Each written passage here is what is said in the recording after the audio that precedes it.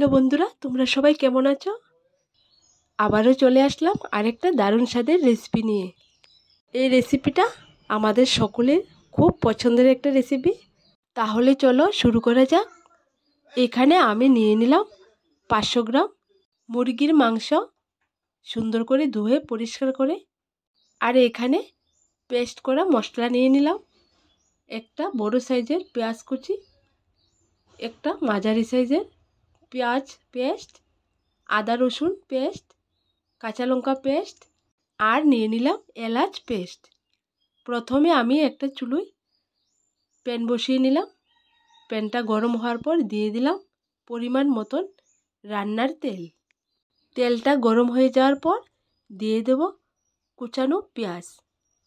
পেঁয়াজ কুচানো দেওয়ার পর চুলোর আঁচটাকে লোতে রেখে আস্তে আস্তে করে নেড়ে নেড়ে পেঁয়াজগুলো গোল্ডেন ব্রাউন কালার করে ভেজে নেব। তো বন্ধুরা, আজকে আমি এই চিকেন কষাটা অন্যরকম করে তোমাদের দেখাবো, তোমাদের ঠিক ভালো লাগবে। দেখো বন্ধুরা, পেঁয়াজের কালারটা অন্যরকম হয়ে গেছে।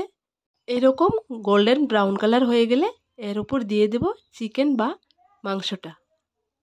সবগুলা চিকেন দেওয়ার পর এর মধ্যে দিয়ে দেব এক করে মশলাগুলা। প্রথমে আমি দিয়ে দিলাম হলুদ গুঁড়ো আর স্বাদ মতন লবণ। বন্ধুরা, তোমরা চাইলে চিকেনটাকে হলুদ আর লবণ দিয়ে আগে মাখিয়ে এরপর তেলের উপর ছাড়তে পারো।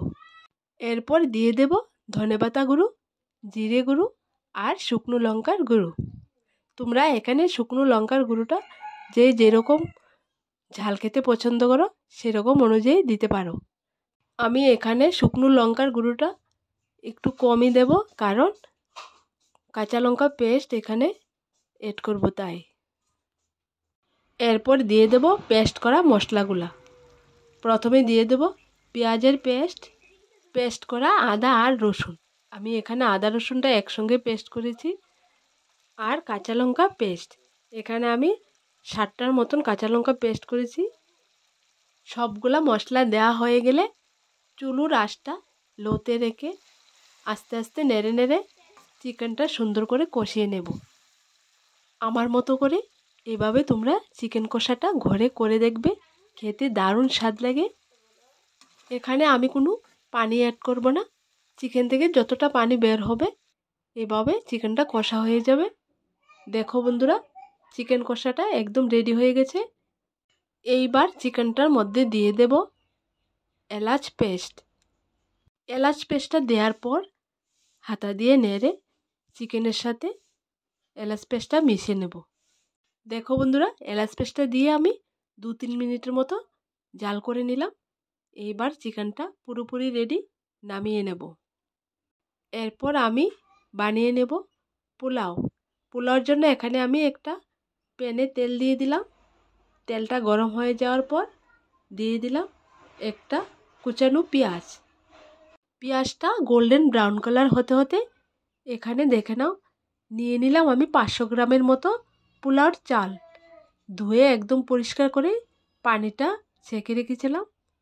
পেঁয়াজটার কালার যখন একটু চেঞ্জ হয়ে আসবে এর মধ্যে দিয়ে দেব 4-5টা আস্ত এলাচ থেতো করে, আর দিয়ে দেব এক টুকরো দারচিনি। এবার একটু নেড়ে নেব। দেখো বন্ধুরা, পেঁয়াজটা হয়ে গেছে। এবার দিয়ে দিলাম ধুয়ে রাখা পোলাওর চাল।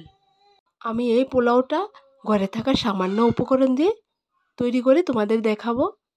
দিয়ে দিলাম 1 চা চামচ দেশি ঘি আর 1/2 চা চামচ আদা পেস্ট।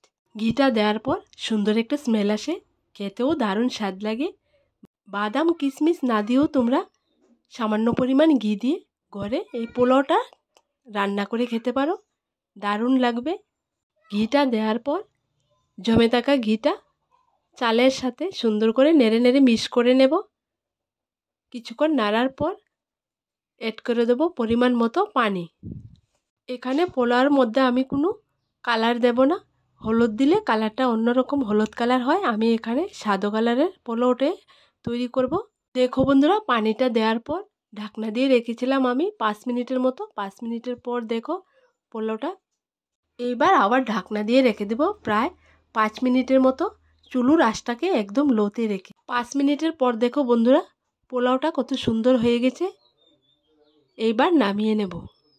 ঘরে থাকা সামান্য উপকরণ দিয়ে তোমরা যদি সুন্দর সুন্দর রেসিপি তৈরি করতে চাও, আমাকে কমেন্টে জানাবে।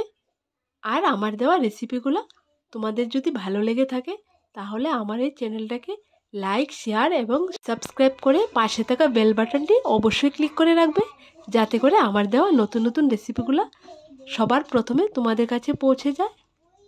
আমার চ্যানেলের মধ্যে চিকেনের অন্যরকম রেসিপি আছে, চাইলে তোমরা চ্যানেলে ঢুকে দেখে আসতে পারো।